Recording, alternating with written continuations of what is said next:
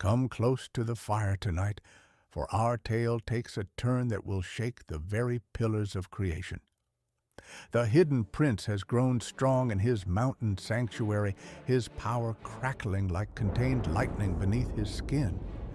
Zeus walks among us now as a young god, no longer the helpless infant spirited away in darkness. The time for hiding has ended, and the reckoning his mother Rhea set in motion long ago is finally at hand. Picture Zeus as he emerges from that sacred cave on Crete, thunder rolling overhead like a royal announcement. The boy who once practiced with sticks as scepters now carries himself with the bearing of one born to rule worlds. Lightning flickers in his eyes as he sets his gaze toward his father's gleaming palace, toward the confrontation that has been building since that first desperate cry echoed through the cosmos. But Zeus understands something his father never learned. True power doesn't always announce itself with violence and roaring. Sometimes it whispers its way into a tyrant's court, wearing the mask of cunning rather than the armor of war. The young god doesn't storm Kronos' fortress like some raging beast. Instead, he arrives in secret, perhaps disguised as a simple cupbearer, carrying with him a potion that would make even the wisest sage's stomach turn. You see, Zeus had learned well from his mother's patient planning. Rhea had taught him that the mind could be mightier than the mightiest fist, that cleverness could topple what brute strength could never budge. The potion Zeus carried wasn't poison meant to kill, but something far more strategic. It was designed to make Kronos violently, catastrophically sick, to force his body to reject everything he had consumed in his paranoid hunger.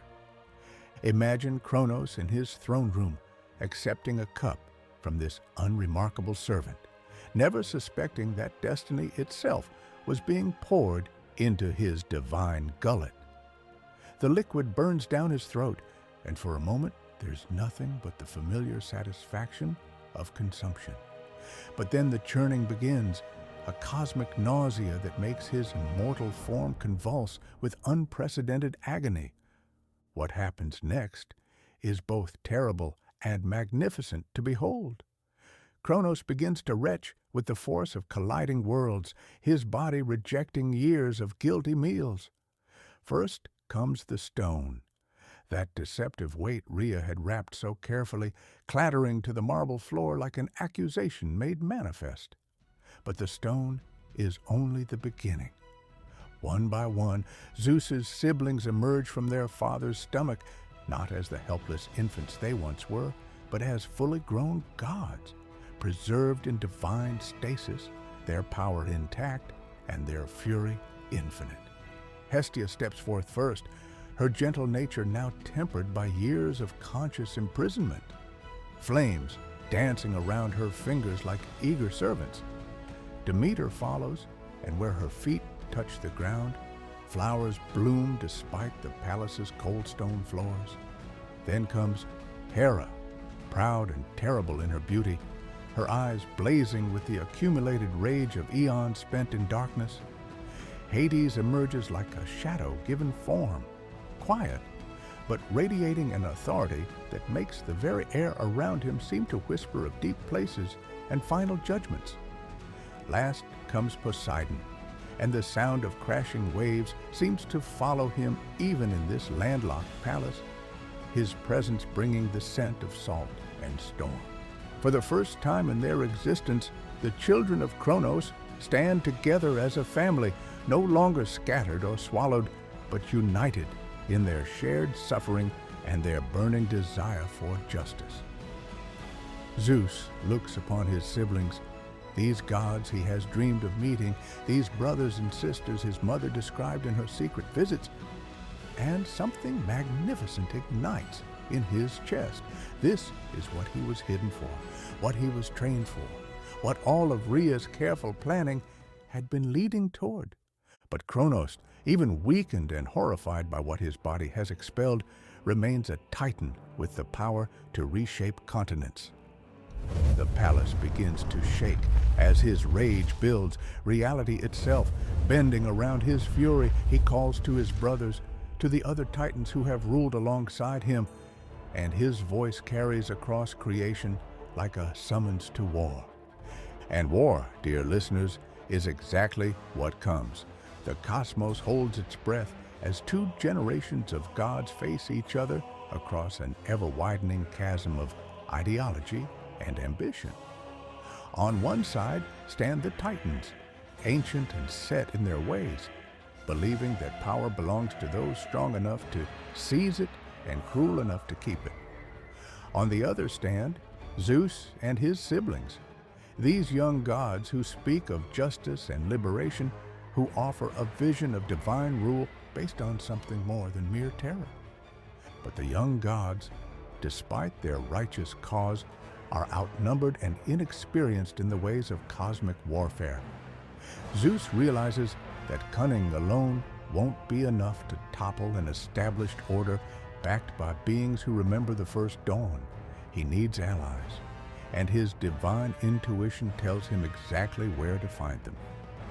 Deep beneath the earth, in the tormented depths of Tartarus, three groups of beings have languished for ages beyond counting. The Cyclopes, those master craftsmen with single eyes that see into the heart of creation itself, had been imprisoned by Uranus and forgotten by Kronos. Alongside them suffer the Titanomachy, the Hundred-Handed Ones, beings of such immense strength that they make mountains seem fragile as glass.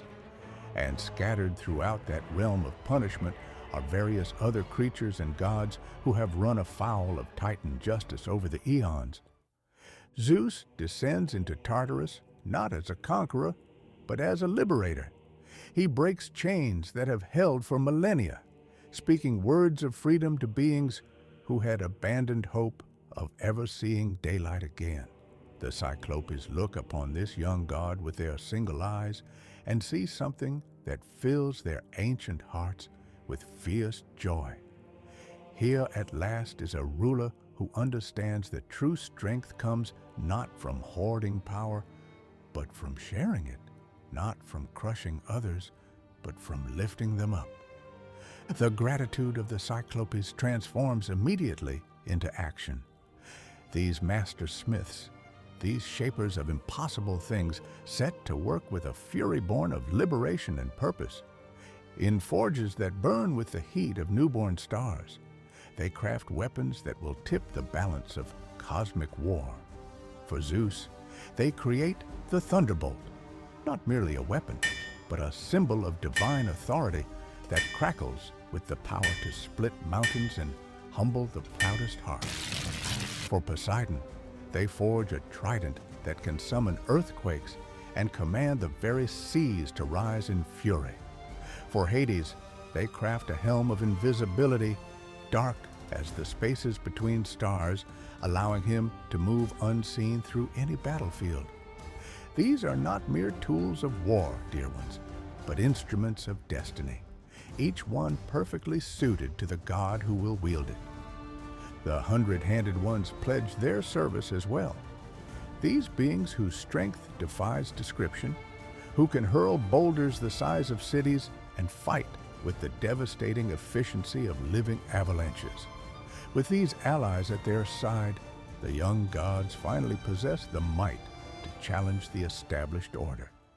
When the war begins in earnest, it exceeds every previous conflict in its scope and devastation. This is not a battle between armies or even between nations, but between entire cosmological systems, between different visions of how the universe should be governed. Mountains are hurled like javelins across continents. Seas boil and dry up only to be born again from divine tears and blood. The very fabric of reality strains under the assault as Titans and Olympians clash with forces that reshape the fundamental nature of existence. Zeus's thunderbolts split the sky into fragments of light and darkness, while Kronos answers with Titan force that makes the heavens shudder and the earth split open. For what seems like an eternity, but might have been a generation of mortal time, the outcome remains uncertain. The Titans fight with the desperate fury of those who know their age is ending, while the young gods battle with the determination of those who refuse to let justice be denied any longer. Alliances form and break as various divine beings throughout creation choose sides, some drawn to the stability of the old order, others inspired by the promise of something better. The turning point comes not through any single mighty blow, but through the accumulated weight of righteousness pressing against corruption. The Hundred-Handed Ones prove decisive, their countless arms raining down destruction upon the Titan forces with such relentless efficiency that even the mightiest among Kronos' allies begin to falter.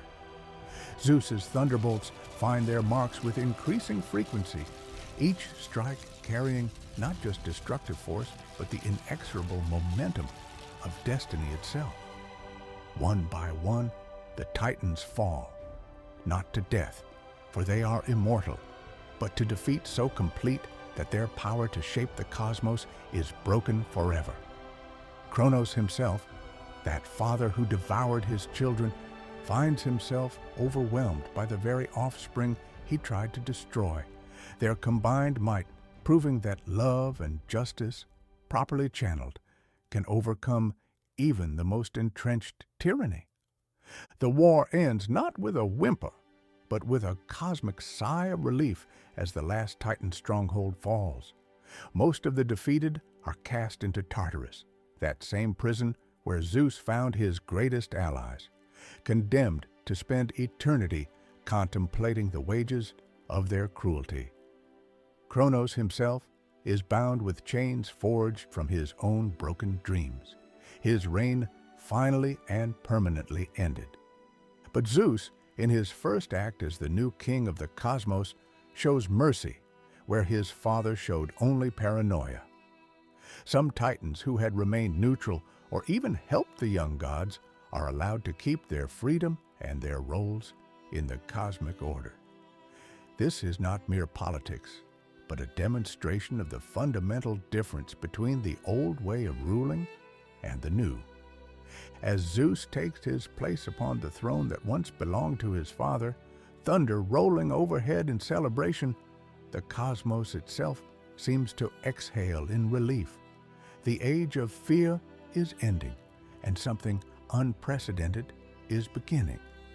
A new order, built not just on strength but on wisdom, not just on power, but on justice, is taking shape among the clouds. The young gods, these siblings who stood together against impossible odds, begin to divide the world among themselves according to their natures and their gifts. The foundations are being laid for a new age, when gods and heroes walked the earth together, when justice and wisdom guided divine decisions, when the cosmos itself seemed more hopeful than it had ever been before.